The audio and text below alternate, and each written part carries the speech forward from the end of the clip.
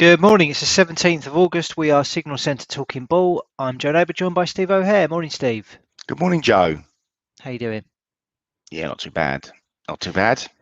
Last one for me for the week, or for 2 weeks, nearly. I'm going to leave you in the lurch, Steve. You're going to be doing this all by yourself for a while. Oh, I need some instructions, mate. You need to sort of You'll give be me a all right. list to follow. Sure, it'll be all right. It will be. Okay, let's get stuck into some news then. So, obviously, chaos with regards to what's going on in Afghanistan. Anybody who's been following the news will see the images and the um, aftermath of what's gone on there. Did you see the plane taking off, Steve, with people hanging on? And No, dear. Was that yeah, pretty grim. bloody hell? Yeah. Biden sort of doubled down, saying he's defended the withdrawal, saying another year of heavy developments will not change the situation. And now everybody's starting to point fingers, and it's raising fresh geopolitical tension. So we'll have to wait and see what happens, whether or not it have any impact on markets. We do appear to be on the back foot on a few sort of areas of risk today, but we'll come on to that shortly.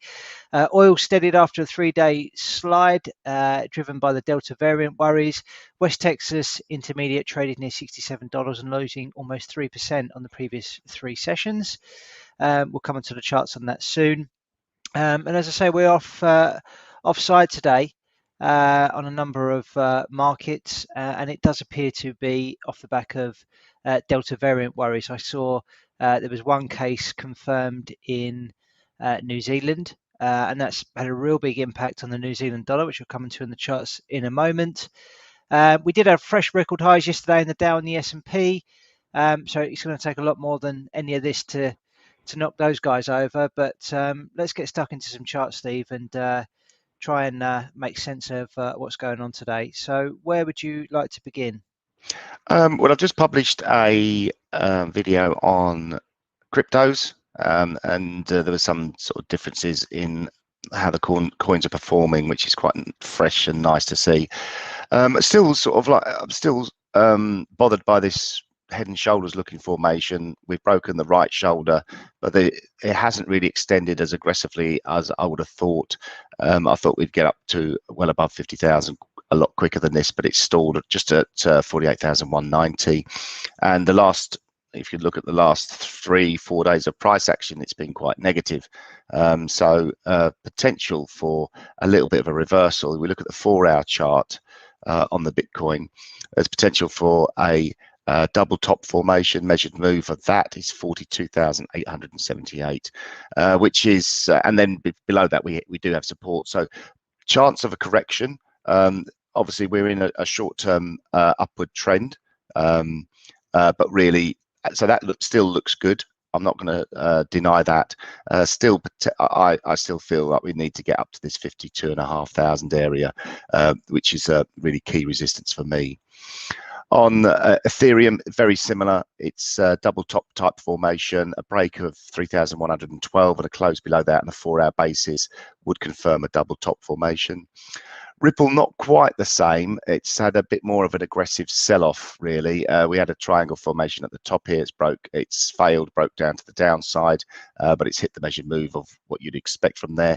Next support comes in at 109, below that 91, and then all the way down to 77 before you get any real decent support. Cardano, support holding around about 203.5, and again, a break below there could put an end to it. We've got a sort of descending triangle type formation with, if you're lining up all these resistances here. So on the upside, 225 needs to be broken for us to kick on. I mean, the Cardano really is the one that's outperformed compared to its previous swing high. It's well above the 78.6 fib retracement level, although back below it now.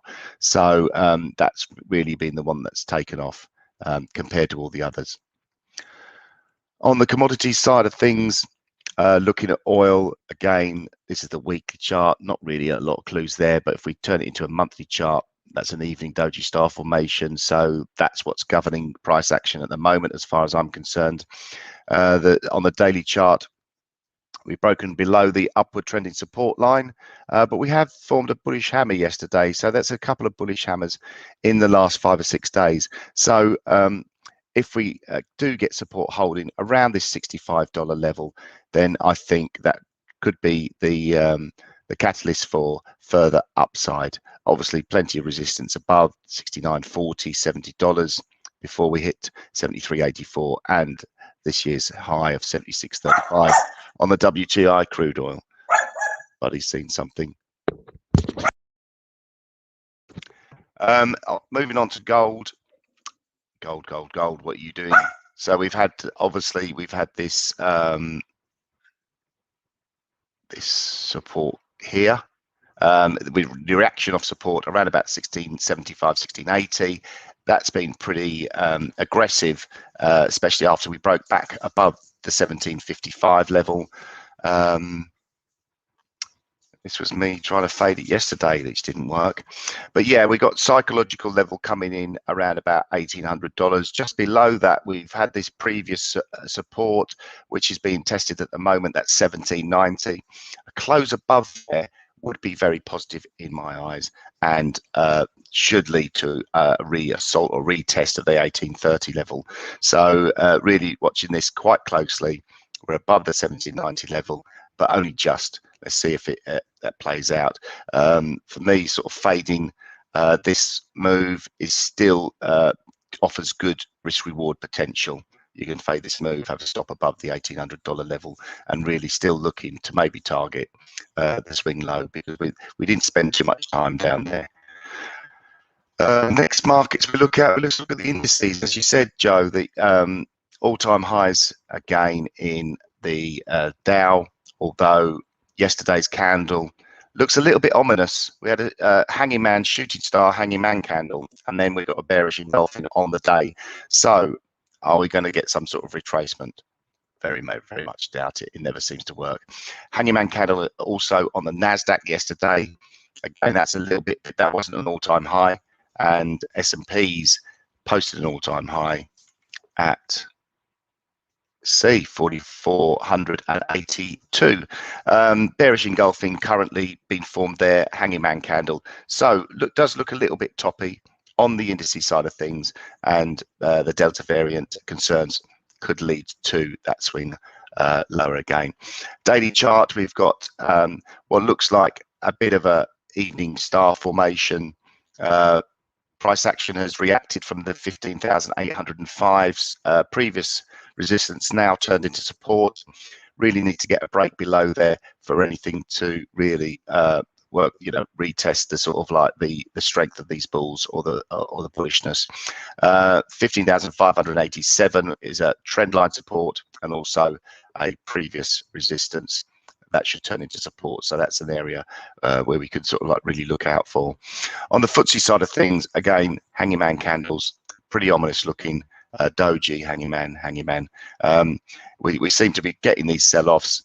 Price action comes back, but we don't seem to be able to push back above the previous high, 72.35 on the FTSE.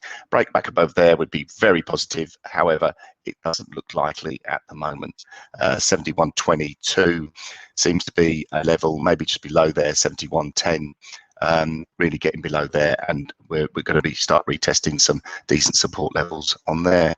Aussie 200 quickly, that's showing at last, it's showing a sort of like signs of correcting lower, 76.50 the high, and we've got a previous spike higher here where we're trading around 7,500. Really needs to close below there to sort of open up a further move down towards 73.64. China 50, this wedge formation, rising wedge formation, and we're broke below it. So negative there. I'm all over the China 50 from a negative point of view. Hang Seng is lining up with that as well. We've got previous support coming in at 25,665, and we've just breached that. Huh? They don't look good at all. No, they don't. No, they definitely feel like they're going to lead the way. And obviously Nikkei as well. This triangle formation for me feels like it's got to fail. I'm a bear on indices. I've always been a bear on indices. So I haven't done very well trading over the last 15 years. So if you are going to be a bear at the moment on indices, look at the Far East markets. Yeah, exactly. That's the one. The China 50 for me is the real one to follow, because I think it's been very overextended, and I think that will lead us lower eventually. Eventually, he says. Okay. Is that you done, That's me. Steve? Yeah, that's me. Lovely. Thank you very much. Okay, so let's have a look at the dollar index then. Not much to report really. Bit of up move yesterday, bit of a continuation higher today. It's not really where the main story is in FX today, I wouldn't have said, but we're still waiting for this break of these resistance levels up here, which I'm still of the opinion is going to happen, and then we complete this double bottom. So these are the two bottoms here. We break above this blue line, and I think we're off to the races. And there has been more signs of people moving into safer haven currencies. We've seen an uplift in dollar, we've seen an uplift in Swiss franc, and we've seen an uplift in dollar in the yen as well. So it does appear as though money is rotating into those currencies, and they are typically viewed as safe havens. So waiting to see what happens there. Still of the opinion that we are going to see this breakout on the dollar to the upside. Where we are seeing quite a lot of weakness today is in the Asia Pacific region, particularly in Australia and New Zealand. Overnight, we saw minutes from the Royal Bank of Australia, with the bank raising the possibility of a delay to tapering their plans. Aussie is now lower today as a result. Let's just take a quick look against the US dollar. So for me, this has been one of the weaker pairs around. Looks to me like it's completed a head and shoulders top, and now we're in the process of trying to complete this setup and targeting the first target of head and shoulders, which is down at 70.57. We had a bit of consolidation here, but now we're breaking lower, and it looks as though we're going to take out these lows that we posted on the 21st of July. In terms of the sort of flag pattern that we had here, that has a measured move down here at 67.51, which is a 1.618 extension of this head and shoulders top target. So a bit of confluence down there does suggest some really ugly looking downside potential on the Aussie US dollar. So for now, it is very much a case of selling to rallies. Probably looks one of the prime candidates for doing that at the moment, and lower prices very much expected. Looking at Aussie yen, this is another interesting one. For me, this completed a top. We saw a bit of a consolidation here in some sort of wedge or pennant formation. We're breaking lower, and we're getting ever closer to this first level of support on the downside, which is down at 79.20, which is also kind of the measured move of this top.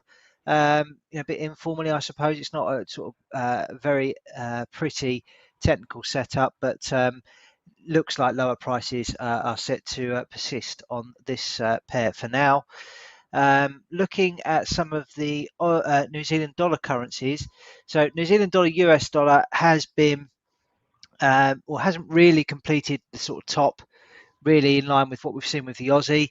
But as you can see, there's a horrible looking red candle that's formed today on the back of just one case, I think, being found in New Zealand, and that set off all sorts of alarm bells. Obviously, they've been pretty aggressive in fighting COVID, shutting down borders. But this looks like it's about to go and test this 68.80 level. And if it breaks, then we've got a hell of a lot of fresh air down here to move into on the downside. So that for me would confirm some sort of top pattern here on New Zealand dollar, US dollar. New Zealand dollar, Japanese yen, that's moving lower as well, approaching key support here that we posted on the 20th of July at 75.27. Seems to have been a bit of defense being put up by the bulls at the moment, but looks like it may only be a matter of time before that's retested and potentially broken. Looking at some of the safer haven assets versus New Zealand dollar. This is New Zealand dollar Swiss franc, which is trading in this bearish channel, as you can see. We did see a little bit of a pop higher, but it's just unraveled all of that move in double quick time, and looks now to be taking out this next level at 63.02. And then we can target a move down to 62.06. So not looking good for the New Zealand dollar at the moment. Just flipping over to sort of more familiar markets for us. So cable, this is grinding lower towards the support we've got at 137.00 to 136.70. And then below that down at 135.71. So I thought there was a double top forming here. Kind of got faked out on that move lower on the 20th of July before it came roaring back, still just in front of the 61.8% fib level, and looks to be heading lower again. So maybe forming an even larger top here on sterling versus US dollar. I mean, this is the case pretty much against all currencies at the minute. The volumes are just off a cliff over the last few weeks or so, and I think that may be seasonal.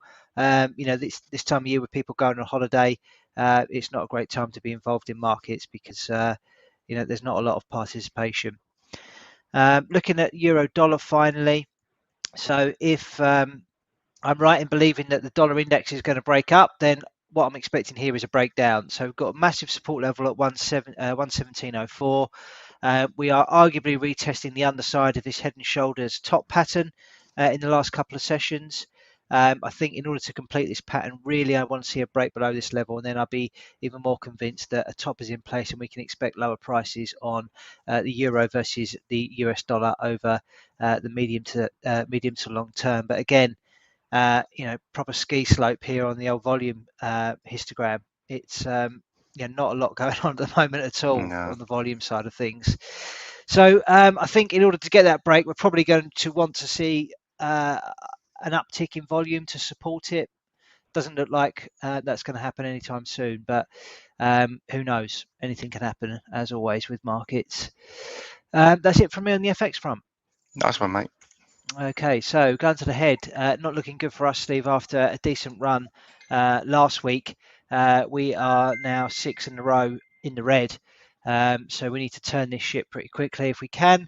Aussie yen was stopped out. It was a really speculative long trade for me. I don't like it as a buy at all, but just looking at the charts on an intraday basis yesterday, it sort of ticked a few boxes for me as just a punt. Didn't work. Steve, you went really tight on goal with just a 3-tick stop, and sadly that didn't work either. So it's time for us to jump back on the horse and see if we can pick a winner between us today. Anything you fancy? No, I must admit, I don't feel very confident today. Neither do I. Maybe that's a good thing. Yeah, just really looking at this previous this gold chart, God's the trying to put you previous. off. Right, okay. Previous support. Let's get your What does chart she up, mate. think? I don't know what she thinks. She's Previous not support, enjoying now it. resistance. Yeah. It is a bit of a flip of a coin, to be honest. It's not but if I get the risk reward right, I might have a bit of an opportunity. Maybe we have stalled here at 17.95. Well, my intraday analysis, I dusted off, got back on the tools today. I was selling at 17.96.5, so it's still just in front of that, sadly. But I'm kind of the opinion that maybe there's an opportunity to sell that in the short term. Yeah, so I'll go here. I'll go.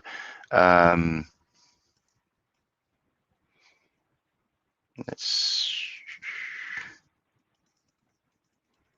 go 2-to-1 risk reward on here.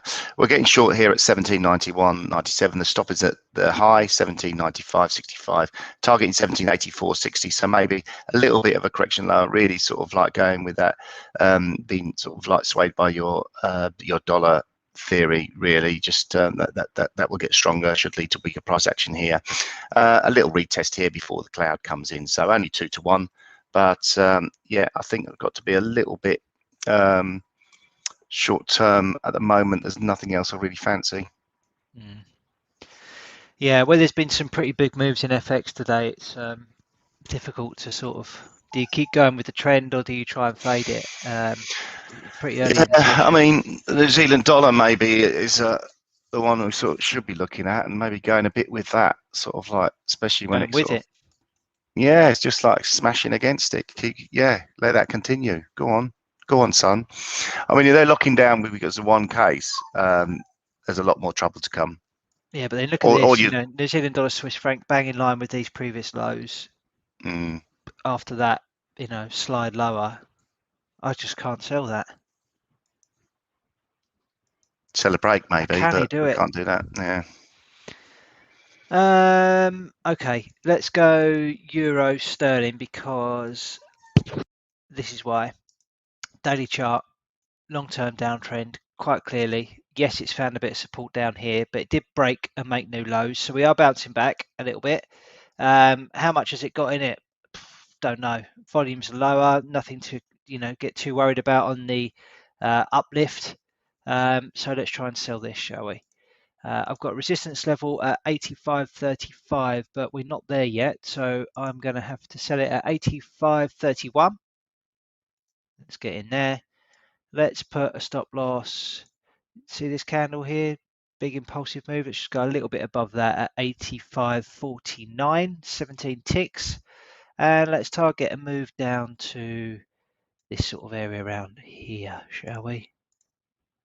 In and around here at 84.87, 2.65 R. Looking forward today on Euro Sterling. Good luck with that, mate. That'll do. The more I look at that, the more I'm thinking, is there a bottom pattern forming? But I've made my bed now, so let's lie in it.